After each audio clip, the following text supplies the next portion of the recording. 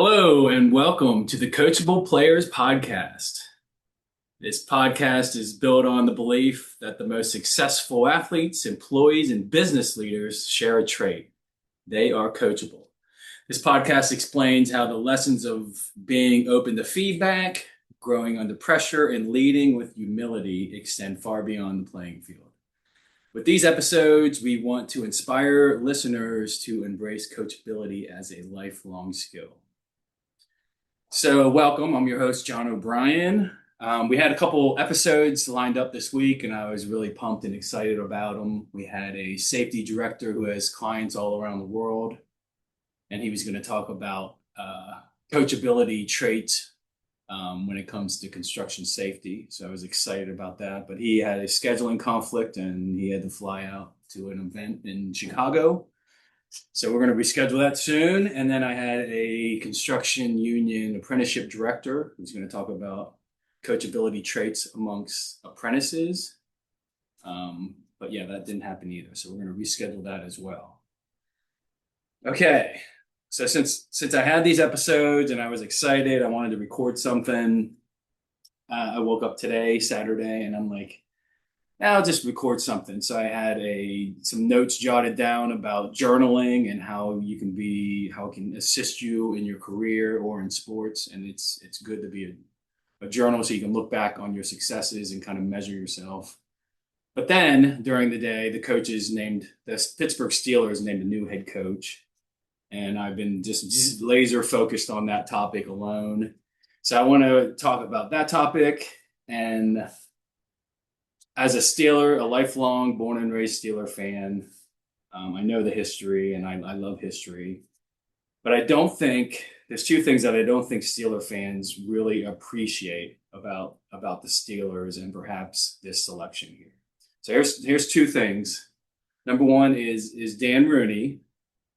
Those that know the history, Art Rooney started the team, bought the franchise. He started the franchise back in 1933. He was a great owner, friendly, personable. He did all the right things as an owner. The only thing perhaps he did not do correctly is running a football operation.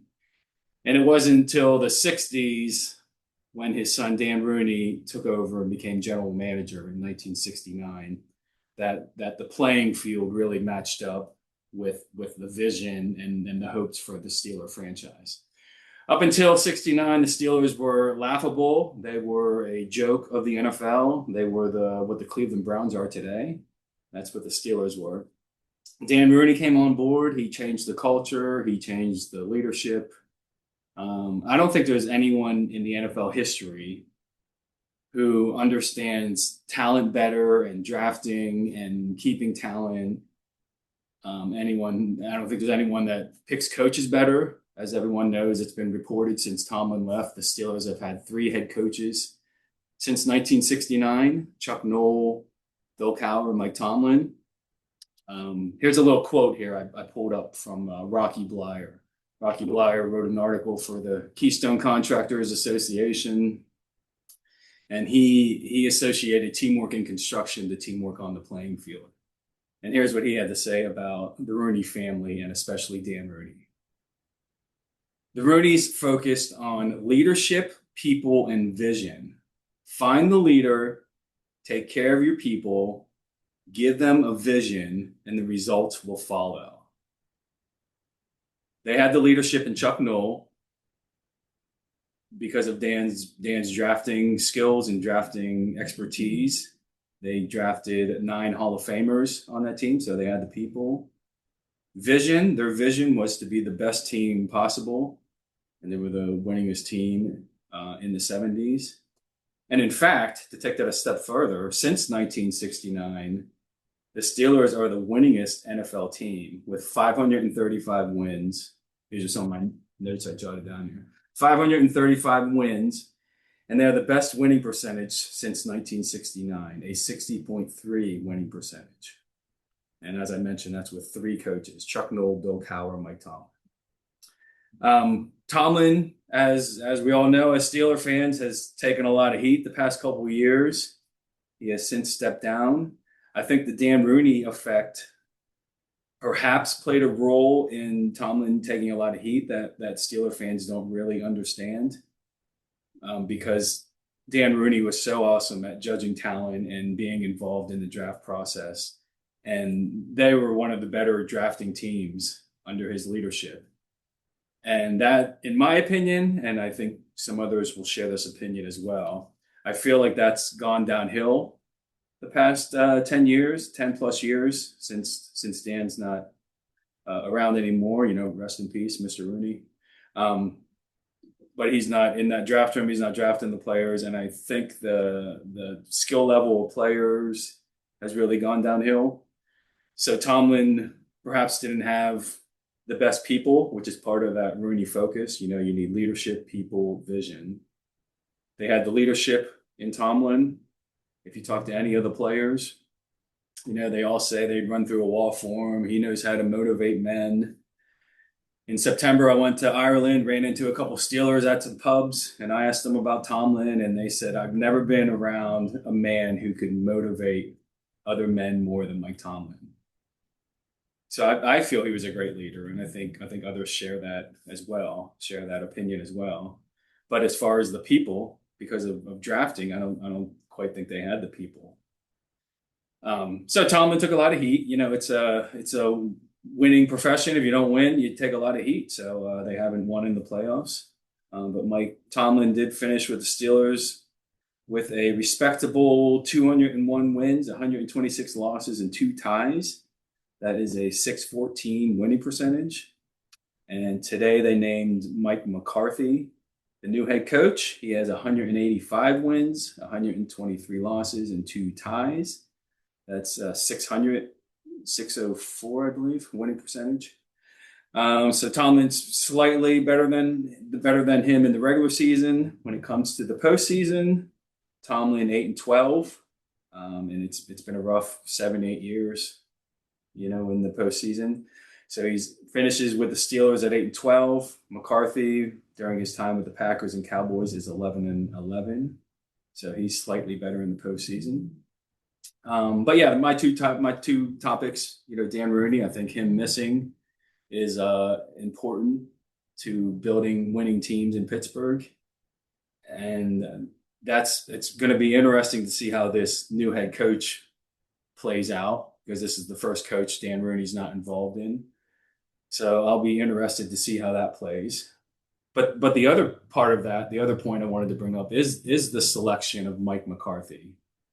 Right off the bat, everyone's jumping, saying, oh, they're just bringing in McCarthy because they want Aaron Rodgers to come back. They want Aaron Rodgers to be the quarterback for at least one more year. They had the partnership. They won a Super Bowl together in Green Bay. I don't look at it like that. I mean, it very well could happen. Anything could happen. But I think if you look at McCarthy's career, he started head coaching at Green Bay, and during his time there, they drafted a young Aaron Rodgers. He developed him into one of the best quarterbacks in the league, and perhaps they had a falling out, or for whatever reason they parted ways. So McCarthy moved on. He went to Dallas. He got Dak Prescott was his quarterback there. He developed him into a great quarterback, Pro Bowl quarterback. So I feel like both of those quarterbacks have improved play under McCarthy, which is awesome. But I do have some notes here from my phone here. But with Will Howard, I think is the future of the Steelers. And McCarthy has proven that he's somewhat of a quarterback guru. And who knows? Let him get to Will Howard. Let those two put their minds together. Let McCarthy coach, influence him, lead him, guide him. He's proven he's kind of a quarterback, guru. Like I said here, he's worked on mechanics with Rodgers. He really perfected his release, and that he's one of the best releases I've ever seen in football. So Rodgers is awesome there. He worked on his mental game, his strategic, growth within the game, just trusting the receivers, trusting them, knowing where they're going to be. And this all came up through the ranks as he was a assistant coach and all that. So he developed those skills. He taught those skills to quarterbacks. I think it's exciting. I mean, it could go either way, obviously.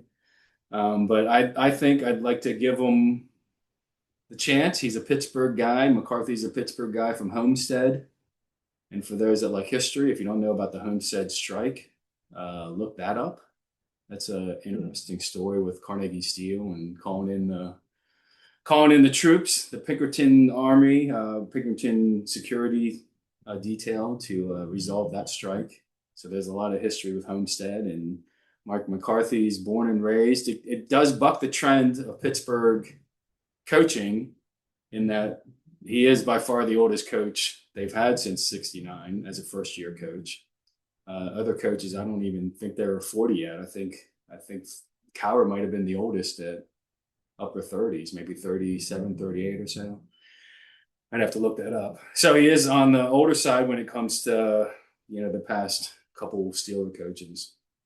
But he does have that experience. He does have that quarterback knowledge, and he is able to develop Pro Bowl quarterbacks. So I like, with that, keeping that in mind, what he could do to the Steelers and develop Will Howard. Who knows? We might be a season or two away from playing for the Super Bowl next year. If the direction is to go with Will Howard, I think it's going to be somewhat of a learning curve. Probably still get a winning season, but it's going to be tough. And if Aaron Rodgers comes back, probably replicate what we did this year. Play right around 500, sneak in the playoffs, get blown out. So I don't know. Hopefully I'm wrong. And whoever the quarterback is develops into the best quarterback in the AFC, and this is a great hire. But we shall see. But yeah, I just like to point that out for Steeler fans. The Dan Rooney factor has been so impactful and so successful for the Steelers. I'm interested to see what happens with this hire. And then number two, with McCarthy's quarterback coaching skills, I'm interested to see what he does with the quarterback, whether it is Will Howard, whether they bring Aaron Rodgers back, or whether they trade up and draft a quarterback. We shall see. We shall see what happens here. But yeah, like I said, I just wanted to get an episode out there. Love the Steelers. Interesting pick for head coach, and I just wanted to share my thoughts.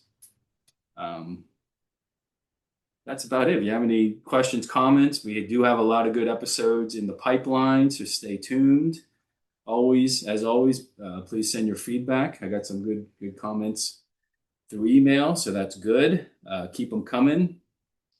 Thanks for listening today. Until next time, stay humble, stay hungry, and stay coachable.